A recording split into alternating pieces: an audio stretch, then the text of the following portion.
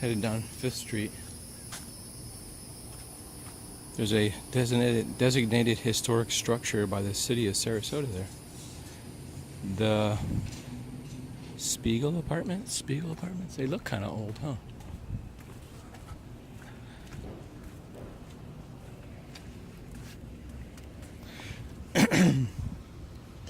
It's an interesting neighborhood downtown. Just got my glasses all wet because that branch had a bunch of... It just rained last night. Some of these houses are really well taken care of. Kind of a pretty area. You can notice the difference between the grass here and the grass here. Looks brand new. You can actually still see the lines of the sod. Somebody must have put some brand new grass in there. Yeah, it's kind of an interesting area. A lot of porches out here. The designs, you know how they put neighborhoods in? They put them in like sometimes 2 or 3 streets at a time, and the same architect does the same street. That's kind of how some of the spec housing is, where a lot of the houses look similar because some of the same architects have made the houses. And sometimes in today's world, like, the houses are identical because they make like 2 models, one with the office and one without office, and they just rubber stamp them in. But in this neighborhood, a lot of difference between the homes. I would say that this neighborhood was probably put in the 30s, sometime maybe around the 30s or the 40s, kind of the older part of town. They kind of have an alleyway between these 2 houses. It goes all the way over to the other street. For some reason, I have gas, and I have something coming in my throat there. Sorry about that. And I think we're coming up on the lighthouse apartment too. Look at this place. I like the paint job there. Got the teal blue with the purple. What do you call those things? Bricks at the bottom. Look at this. The house matches the garbage cans. A lot of garbage cans. Kind of an interesting area, because a lot of the areas that I live in, where I live near, were put in the 50s, and the homes are completely different in that respect.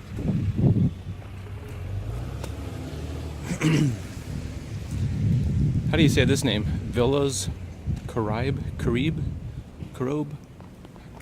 Anyway, still a little wound up from yesterday's fiasco. What I talked about yesterday is just about how sometimes in life people don't get you. You don't necessarily see eye to eye. And there's really nothing you can do about that. I mean, you can try in, opening up to a person, whether it's somebody you work with or somebody you go to church with or there's a club you belong to, and there's just certain types of people. Let's just say there's a personality type of A, B, C. You're either an A or a B or a C. And sometimes the A's and the C's just do not match up. And it's taken me a long time to really put a rationale to this. That everybody can't like you. You can't be liked by everybody. There are some people that I know who just have that magnetic personality that everybody tend to gravitate toward, and I think it's just born that way. That's just the way the life is. And you just can't feel personally responsible for people for whatever reason. I had a guy I worked with at the TV station. I'm trying to think what his name was. Todd or some Larry or something like that. Guy from day one just didn't like me. I don't believe I ever said anything or did anything to him that was mean or, unfriendly. I always felt that I was friendly to most people, and new people. He was a newer guy. I just think he was an idiot, and he had some issues. But for some reason, I used to ask the other guys, "Do you get along with that guy?" And they'd say, "Yeah, he seems like a good guy." It's just a chemistry. Some people don't have good chemistry. Sorry. I guess I have some throat thing going on. And we tend to personalize that. Well, why doesn't that person like me? I've never done anything to them. What did I ever do to them? I don't know. I have neighbors that don't like me. It's starting to sound like there's a large group of people that are on the John Swift Haters Club, but I don't believe that's true. I just think that I tend to take things more personally, or I used to anyway. Tend to take things more personally when somebody who I just barely know doesn't like me. I'm like, what did I ever do to you? And I think there's been places, pretty much, and I just try to ignore people, but there's probably been one person at every place I've ever worked, and I've probably worked at over 20 places, 20 different jobs, just didn't like me. I had a carpenter that told me I was arrogant. Where do you get that from? Or what's another word for arrogant? Overconfident. What? You're overconfident. So that's a reason to dislike somebody, because they're confident. I don't know. I think it's usually the other person's fault. And there's people. Of course there's people that I never liked for whatever reason. Sorry. Let me get a quick drink here. All right, I'm back. You ever get like a frog in your throat and he just doesn't want to leave as much as you try to spit it out? Yeah, so I just think there are places where there was a place where I worked back in the late 80s that I had one boss, the main boss, liked me. He was an easygoing guy. Everybody pretty much liked him. And then we got this other not so likable a-hole guy. And a lot of people didn't like him. I would liken him to like a little Napoleon type of figure, as a little short guy. I think his name was Tony or something. This is the kind of guy, what he said one time to me. He asked me, who do you F-U-C-K? And I said, excuse me? He asked me, who did I F-U-C-K? Like, what kind of question? I think he must have been from a Jersey or something, where people are different. But anyway, he clearly did not like me. Just put me on all the crappy jobs. It was obvious. And sometimes things are just like that, and there's not much you can do about it. You can either just change jobs, or you could try to have a heart-to-heart with that person and say, is there some beef between us? I mean, that's not very common, because it's tough to confront people. Confrontation is not fun, especially when you can't talk to somebody. You don't feel like you have a relationship or a good communication. And it's probably the last thing you want to do is somebody you dislike. I hate to use the word hate, but we use that as a euphemism. Not, I literally want to hate somebody, but I hate that guy. He just gets on my nerves, People, like I said, the ABC personality. Sometimes B doesn't get along with A, or C doesn't get along with B. Personality types, There's always a lot to be said about what is that, horoscopes. How if you're like a you're a Capricorn or something, and the other person's a Capricorn, you try to get along, or you get along better if you're, it's the type of personality, just like getting along with a girlfriend or whatever it is, or your personality types match up. And sometimes it's not about anything you did.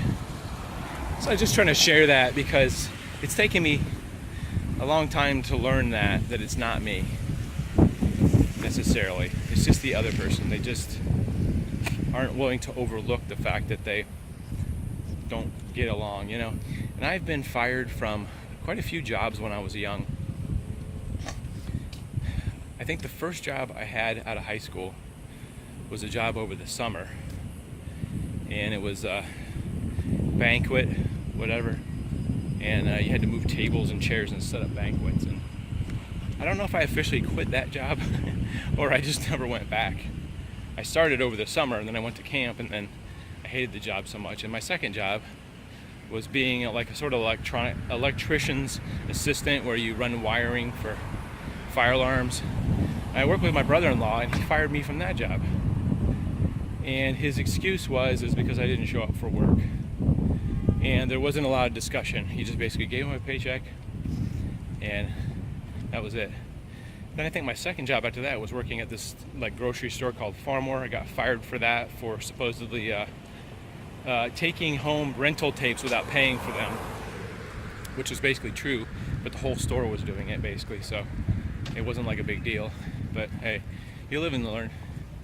Third job, I worked at a yogurt store across the street. Got fired from that.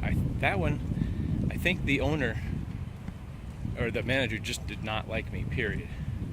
And there's just nothing you can do about that, really.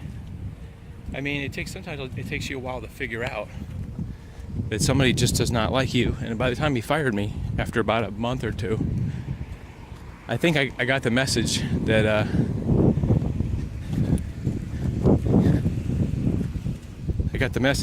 he didn't like me.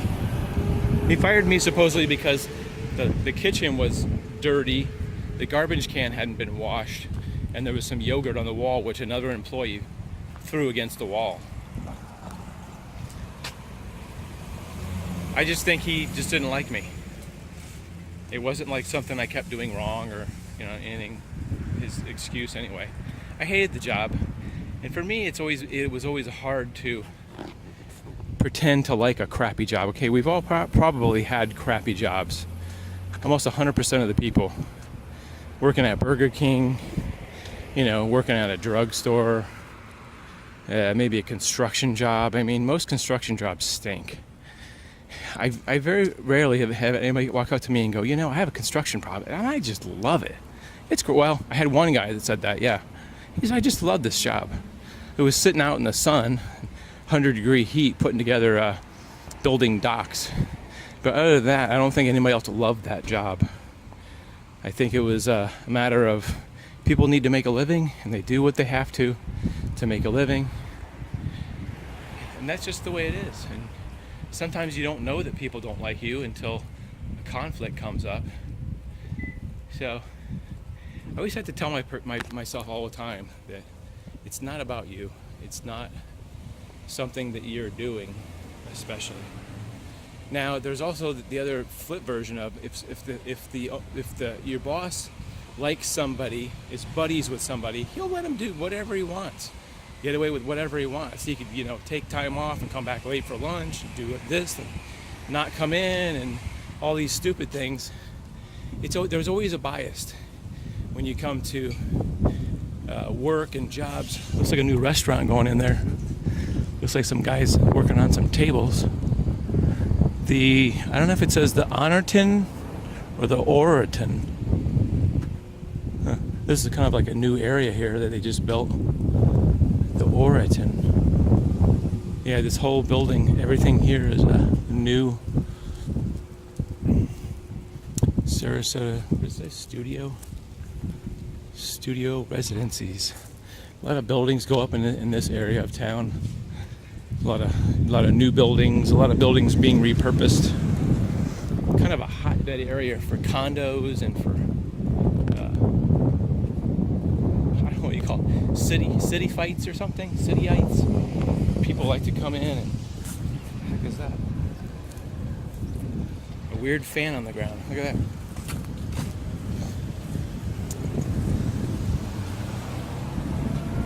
Yeah, it's one of those things in life. There's also, you know, people you work with. There's a guy I worked with at a TV station. Another guy at the TV station. He was a producer. And I used to be a photographer, and I'd go to do live shot.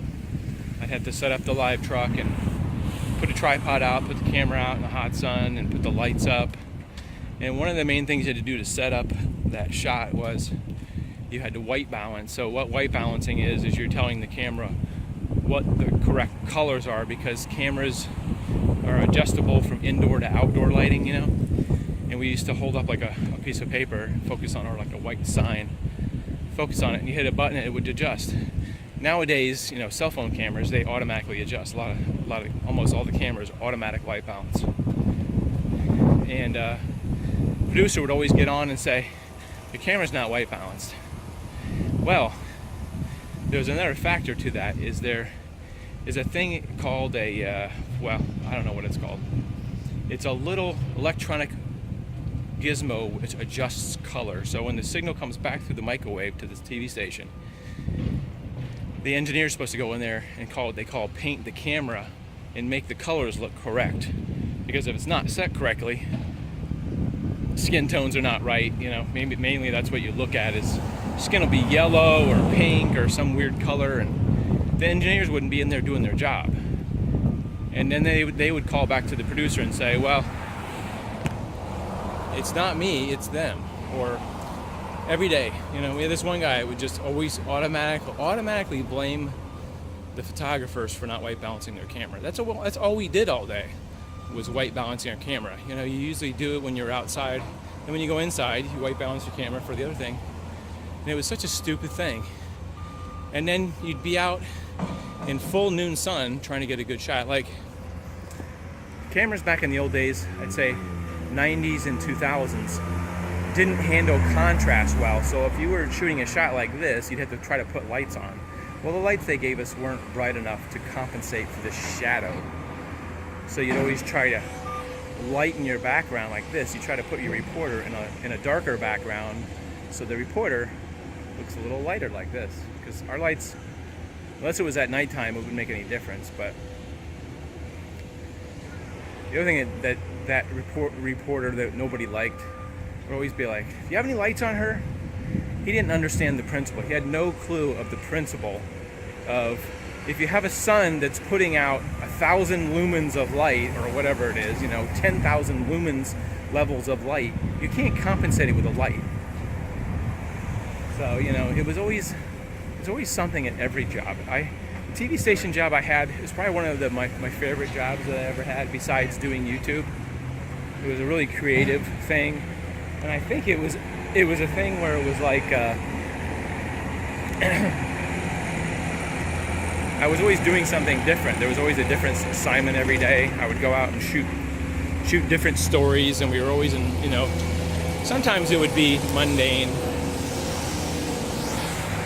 a mundane thing, or sometimes it would be something fun, working with the police or going to some kind of exciting location or something. And that was fun, but it wasn't all fun, and I just tired of that job, I think, and I went to another job where I hated it there, doing TV commercials and promotional stuff like that, making videos for that. Couldn't stand the job, but that's another thing, is when I decided to quit the TV station and move to another job because it made more money and there wasn't that many jobs available. Where I live, we haven't got, a dozen TV stations. There's like 2 TV stations here, and there was not that much opportunity to just, get another job at another TV station. And so your options were be a wedding photographer, or, work for some kind of video service, something mundane. A lot of my friends got jobs at the city doing like city council meetings or stuff like that, kind of boring. And I chose to go to Time Warner, where it was like a production, they call it production, commercial production and promotional, and anytime they had a commercial about they wanted to shoot something, car commercials, I just hated it. I didn't like the people there. And when I went to visit the building for the first time, and they were going to give me a tour and I was going to do an interview, I got a bad feeling about it. And I thought it was just me being nervous or some anxiety creeping in, because I had been at the same job for like 7 years And it was like a new, and it was kind of scary, and I didn't know anybody there. Sure enough, the overall feel and attitude of the place was just not a healthy, but I would just say like a healthy. Everybody was kind of all bitchy and unhappy there, and you know, there were salespeople there that worked on commission, and they were always looking for their next sale, and you were always standing between them and the next sale. And it's a high pressure situation. You're always trying to get things done as fast as you can and do 10 million things at the same time. I think I lasted there about 6 months. I couldn't take it anymore. And then eventually after that, I started doing some carpentry and construction. And I actually liked that a lot more, just because the whole crew was more laid back. Why is it so loud? The whole construction crew was more laid back. Nobody was up anybody's butt. It's just funny how you can be working a dirty, hard job, but still be very happy in that job. So it's like, sometimes it's not the job, you know? It's not where you work, it's who you work with. And that circles back to the thing I was talking about yesterday, is just, you just have no control about how things happen like that. And I'm sure you've been at a job where you had a boss, and maybe that boss went on to a different job and you got a different boss. You know. So you really just have to take the attitude is just do the best you can and not take it personally. And that's what I'm trying not to do, is not take it personally, but just believe in myself and know the future is really going to be brighter, and try to focus on the next thing. I really feel that I am passionate about working for myself, starting a business for myself. Of course, I work on YouTube, I work alone, I'm my own boss, and I completely enjoy it, and I completely enjoy you guys watching these videos. And sometimes, even if it doesn't make sense and it sounds like I'm just rambling, I appreciate all of you that put out those good vibes and you thumbs up at the end of the video. Yeah, so I appreciate you listening. Sometimes I just need to get these things out of my head rather than have these thoughts kind of bouncing off the inside of my brain. It's good to just get your thoughts out, say it out loud, makes you feel better. And I encourage you to do the same. If you have somebody that you can talk to, or you know, somebody that's a good listener, and you're feeling stressed out, just talk it out. All right, so the video is getting long. I'm gonna talk to you guys later. And the next video we're gonna have out is not gonna be about talking. It's gonna be about something cool. A very cool house I found, hopefully. Not hopefully. I did find a cool house, and I did shoot a video. So we'll see you in the next video. Have a super great day.